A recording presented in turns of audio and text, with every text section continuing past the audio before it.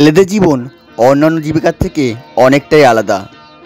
দিনের পর দিন তারা নদী সমুদ্রে ভেসে বেড়ায় মাছের আশায়।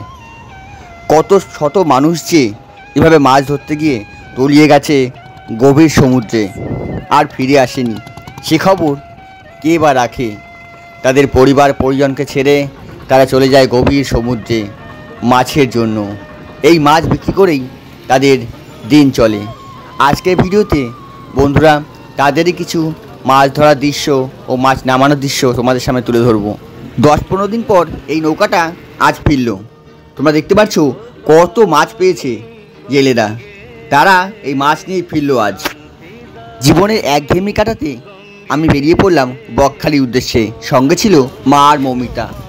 বকখালি থেকে ফেরার পথে ভাবলাম যখন মাকে নিয়ে এসেছি তখন একবার গঙ্গাসাগর ঘুরেই যাই। সেই মতো আমি নামখানা নামলাম। নামখানা নেমে এখান থেকে যাচ্ছি এখন নামখানা যে লঞ্চ জেটি ঘাট রয়েছে সেই জেটি ঘাটে। এটা হচ্ছে হাতাদিয়া দোয়ানিয়া নদী, আর উপরে দেখতে পাচ্ছ নামখানার সেই নতুন ব্রিজ।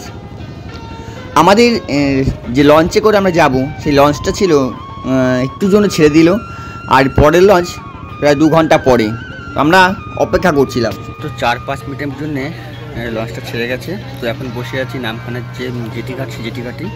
এরপরে রয়েছে দুপুর 1টার সময়, সেটা করে যাব বেনিমল। হাতে অনেকটা সময়, প্রায় 2 ঘন্টা, এমনি তো কাটবে না। তো হঠাৎ দেখলাম যে একটা নৌকা ফিরছে পাড়ের দিকে। গিয়ে দেখলাম নৌকা ভর্তি মাছ রয়েছে। তো আমি তোমাদের জন্য এই ভিডিওটাই কালেক্ট করলাম কীভাবে মাছ নামানো হয় নৌকা থেকে, আর কী কী মাছ পেয়েছি। নানা রকমের মাছ পেয়েছিল, খোকা ইলিশ, ট্যাংরা, ভোলা মাছ বেশি ছিল। তো সেই মাছগুলো দেখতে পারলাম যে বরফ দেওয়া হচ্ছিলো, বরফ দিয়ে নামানো হচ্ছিল। তো আজকের ভিডিওর মধ্যে তোমরা সেই সকল কিছুই দেখতে পারবে। সঙ্গে থাকা ভিডিও শেষ পর্যন্ত দেখতে থাকো।